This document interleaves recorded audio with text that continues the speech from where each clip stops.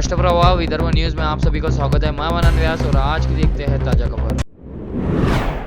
अमरावती जिला मध्यवर्ती सहकारी बैंक के अध्यक्ष और पूर्व विधायक बच्चू कडू विपक्ष के निशाने पर है। बच्चू कडू को बैंक के निदेशक पद से अयोग्य ठहराने के लिए याचिका दायर की गई थी। इस याचिका पर संभागीय संयुक्त रजिस्ट्रार ने पद से अयोग्य घोषित करने का नोटिस जारी कर दिया है। इससे सहकारी क्षेत्र में सनसनी मच गई है। इसलिए विधानसभा चुनाव में बच्चू कडू की हार के बाद अब यह संभावना जताई जा रही है कि बच्चू कडू का अमरावती जिला मध्यवर्ती सहकारी बैंक का अध्यक्ष पद भी जा सकता है। बैंक के निदेशक हरिभाऊ मोहोड सहित 11 निदेशकों ने बैंक के अध्यक्ष बच्चू कडू को बैंक निदेशक के पद से अयोग्य घोषित करने के लिए याचिका दायर की है। उन्होंने सबूत दिया है कि नासिक कोर्ट ने एक मामले में बच्चू कडू को 1 साल की सजा सुनाई है।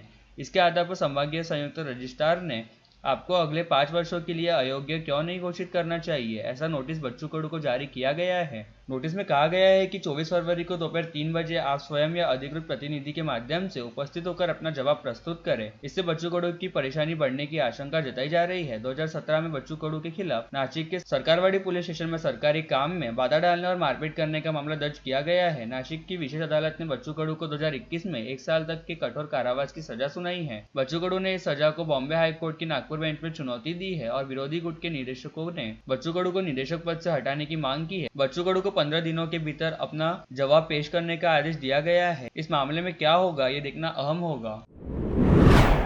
बीजापुर में 31 नक्सली ढेर करने में सुरक्षा बलों को सफलता मिली। इससे नक्सलियों की कमर टूट गई है और गढ़चिरौली में कई नक्सलियों ने आत्मसमर्पण कर दिया है। मुख्यमंत्री देवेंद्र फडणवीस ने कहा, नक्सलवाद के खिलाफ हमारी आखिरी लड़ाई चल रही है। मुख्यमंत्री देवेंद्र फडणवीस वरोरा में महारोगी सेवा समिति आनंदवन की 75वीं वर्षगांठ समारोह के बाद पत्रकारों से बात कर रहे थे। देश में नक्सलवाद को खत्म करने के लिए गृह मंत्री अमित शाह द्वारा प्रयास किए जा रहे हैं। हम इसे गढ़चिरौली में भी लागू कर रहे हैं। छत्तीसगढ़, झारखंड, मिजोरम, तेलंगाना, आंध्र प्रदेश में भी इसी तरह से नक्सलवाद को खत्म करने की कोशिश की जा रही है। गढ़चिरौली में नक्सलवाद के खिलाफ हमारी अंतिम लड़ाई शुरू हो गई है और महत्वपूर्ण कैडरों ने आत्मसमर्पण कर दिया है। अंततः फडणवीस ने नक्सलवाद का समूल नाश करेंगे यह विश्वास व्यक्त किया। बीजापूरमध्ये 31 नक्सली मारल्या गेले आहेत। मोठं एक यश जे आहे ते सुरक्षा दलांना मिळालेलं आहे।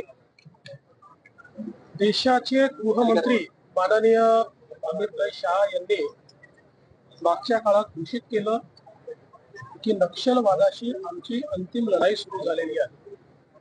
आपल्याला कल्पना आहे की गडचिरोलीमध्ये आपण मोठ्या प्रमाणात नक्षलवादी न्यूट्रलाइज केले आणि त्याचा परिणाम असा आहे की जवळपास त्यांचं मेजर केडर हे सरेंडर झालेलं आहे। तसंच आता छत्तीसगडमध्ये सुरू आहे, तसंच आता झारखंड आणि ओडिशामध्ये देखील चालू आहे आणि तेलंगणातही चालू आहे। माझं मत असं आहे की आजची ही जी कारवाई आहे या कारवाईमुळे नक्षलवादाचं कंबरड मोडलं जात आहे आणि निश्चितपणे नक्षलवाद पूर्णपणे समूळ नष्ट करण्याचं जे आपण ठरवलेलं आहे त्याच्याकडे एक महत्वाचा पाऊल यातनं आपण उचलले। राजधानी दिल्ली में भाजपा को पूर्ण बहुमत मिलने से उनका सत्ता स्थापना का मार्ग प्रशस्त हो गया है।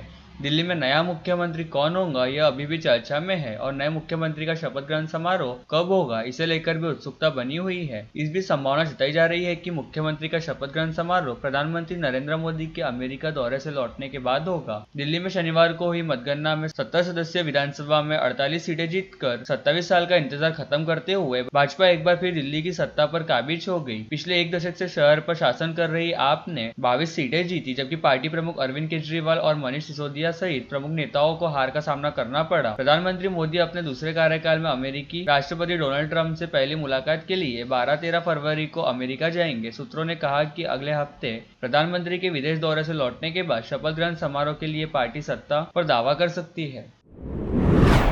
नदी में तैरते समय अपने दोस्त को डूबने से बचाते समय भारतीय सेना का जवान गोपाल वानखड़े खुद डूबने की दुर्दैवी घटना दरियापुर के रामतीर्थ में घटी। घटना कल शनिवार शाम की है। गोपाल वानखड़े जब अपने मित्र विकास सोनोने विक्की सोनोने के साथ अकोला से लौट रहे थे, तभी विकास सोनोने रामतीर्थ स्थित पूर्णा नदी में नहाने के लिए उतरा। उसे डूबता देख जवान गोपाल वानखड़े ने बचाने के लिए नदी में छलांग लगा दी, लेकिन अपने दोस्त को बचाते समय वह खुद नदी में डूब गया। विकास को कुछ दोस्तों की मदद से बाहर निकाल लिया। विकास को अकोला के जिला अस्पताल में भर्ती किया गया गया है, जहां उसकी हालत स्थिर बताई जा रही है। जवान के डूबने की खबर मिलते ही दरियापुर के तहसीलदार येवदा के थानेदार घटनास्थल पर पहुंचे। वही सांसद बलवंत वानखड़े को सूचना मिलने पर वह भी घटनास्थल पर पहुंचे। देर रात होने से आज सुबह जिला आपदा विकास के बचाव दल ने आज सुबह रेस्क्यू करते हुए गोपाल के शव को बाहर निकाला। घटनास्थल पर बड़ी संख्या में नागरिकों की भीड़ हो गई थी।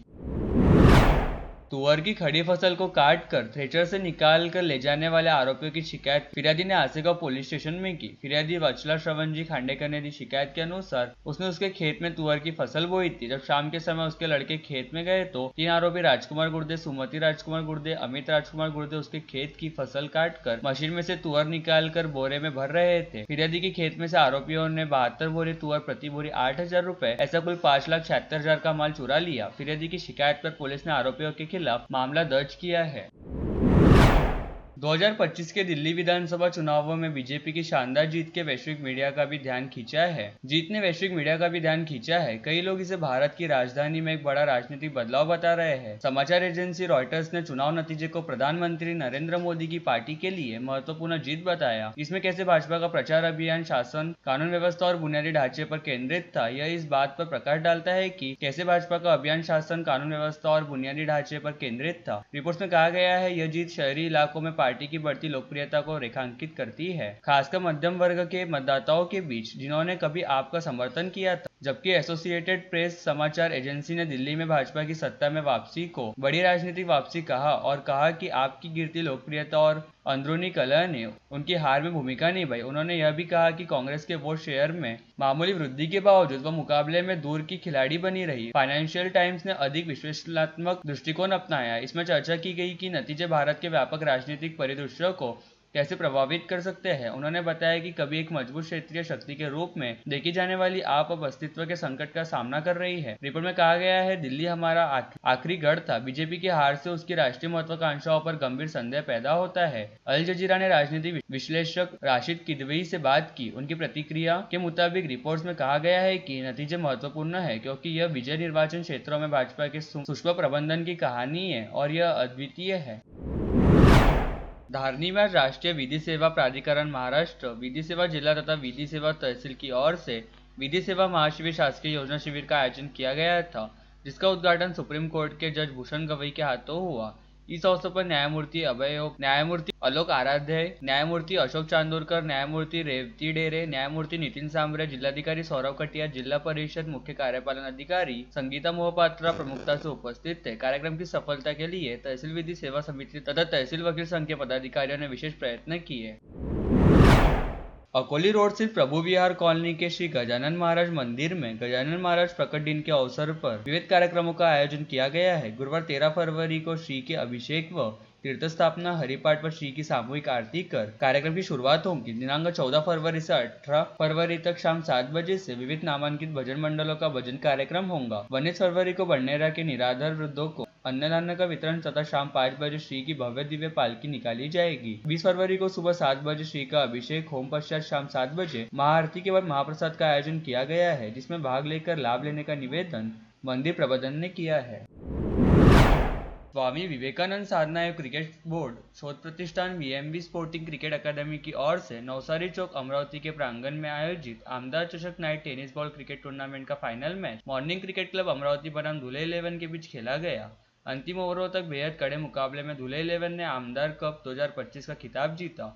विजेता टीम को विधायक सुलभा खोड़के के हाथों 1 लाख रुपए का पुरस्कार और ट्रॉफी से सम्मानित किया गया, जबकि उपविजेता अमरावती की मॉर्निंग क्रिकेट टीम को 50,000 का पुरस्कार दिया गया। टूर्नामेंट के फाइनल मैच में शानदार प्रदर्शन करने वाले धुले 11 टीम के मोहम्मद नाजिम को मैन ऑफ द मैच के पुरस्कार से सम्मानित किया गया। टूर्नामेंट में अच्छी बल्लेबाजी करने वाले मॉर्निंग क्रिकेट टीम के अक्षय अरसाड़े को मैन ऑफ द सीरीज के रूप में सम्मानित किया गया। इसके साथ ही अक्षय अरसाड़े को सर्वश्रेष्ठ बल्लेबाज भी चुना गया। मॉर्निंग टीम के मृत्युंजय ठाकुर को सर्वश्रेष्ठ गेंदबाजी का पुरस्कार मिला। इस समय राकपा के प्रदेश उपाध्यक्ष संजय खोड़के के साथ शोध प्रतिष्ठान के अध्यक्ष यश खोड़के, राष्ट्रवादी राकपा शहर अध्यक्ष और पूर्व नगर सेवक प्रशांत डोरे, पूर्व महापौर एडवोकेट किशोर शेल के पूर्व अध्यक्ष अविनाश मार्डीकर, विदर्भ कबड्डी एसोसिएशन के अध्यक्ष जितेंद्र ठाकुर, एडवोकेट शोएब खान, स्वामी विवेकानंद साधना और स्पोर्ट्स बोर्ड के उपाध्यक्ष गोपाल महाल्ले और वीएमबी स्पोर्टिंग क्लब के अध्यक्ष आकाश वडनेरकर और अन्य गणमान्य व्यक्ति उपस्थित थे।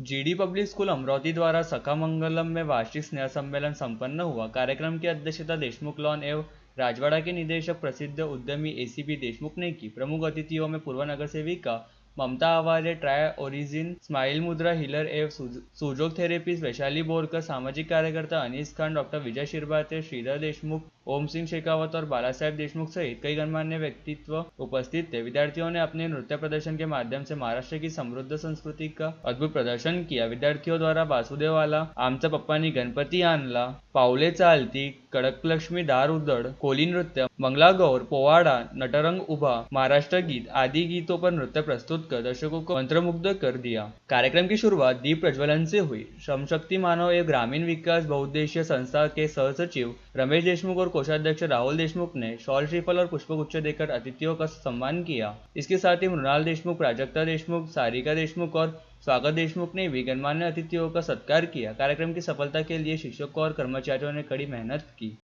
और लेटेस्ट न्यूज़ देखने के लिए राष्ट्रप्रभा चैनल को लाइक और सब्सक्राइब कीजिए।